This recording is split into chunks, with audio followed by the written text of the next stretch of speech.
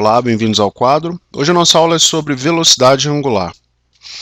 Antes de partir para a velocidade angular, observe a seguinte situação. Um corpo parado no ponto P1 no instante T1. Lembrando que a essa posição está associado um deslocamento linear S1 e também está associado um deslocamento angular φ1, tá bom? Lembrando que o raio da trajetória é R. O raio da trajetória é R. Esse corpo partiu nesse instante T1 para uma posição P2 e chegou lá no instante T2. Associado a essa posição, nós temos um espaço linear S2 e um espaço angular φ2. A diferença entre esses espaços é o deslocamento linear ΔS, que é a diferença entre P1 e P2, a diferença entre P2 e P1, e um deslocamento angular ΔΦ.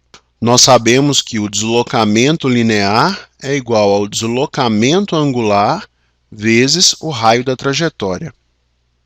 Lembra também que existe um intervalo de tempo. E quanto vale esse intervalo de tempo? É T2 menos T1. Se eu divido essa expressão por ΔT dos dois lados, o que eu tenho? ΔS sobre ΔT é velocidade linear, que a gente já aprendeu nas aulas de cinemática escalar. ΔΦ, deslocamento angular, sobre ΔT é velocidade angular, velocidade média angular.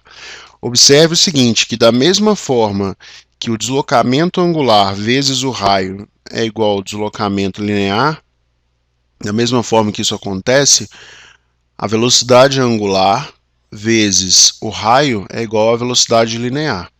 Tá joia? Então vamos supor a seguinte situação. Um corpo sofre um deslocamento angular igual a 2π radiano, num intervalo de tempo igual a 4 segundos. Qual foi a velocidade angular? A velocidade angular é ΔΦ sobre ΔT, deslocamento angular dividido por intervalo de tempo. O deslocamento angular é 2π. O intervalo de tempo é de 4 segundos. 2π radiano por segundo. Tá joia? A velocidade angular é, portanto, corta esse 2 com esse 4, aqui fica 2. π sobre 2. Radiano por segundo é a unidade de velocidade angular.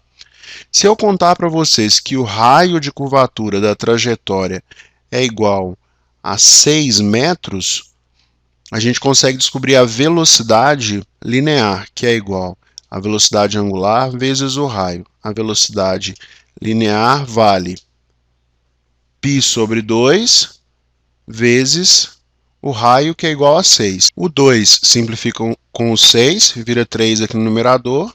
A velocidade linear é igual a 3π metros por segundo, que é a unidade de velocidade. Observe o seguinte, que radiano é uma unidade adimensional, tá joia?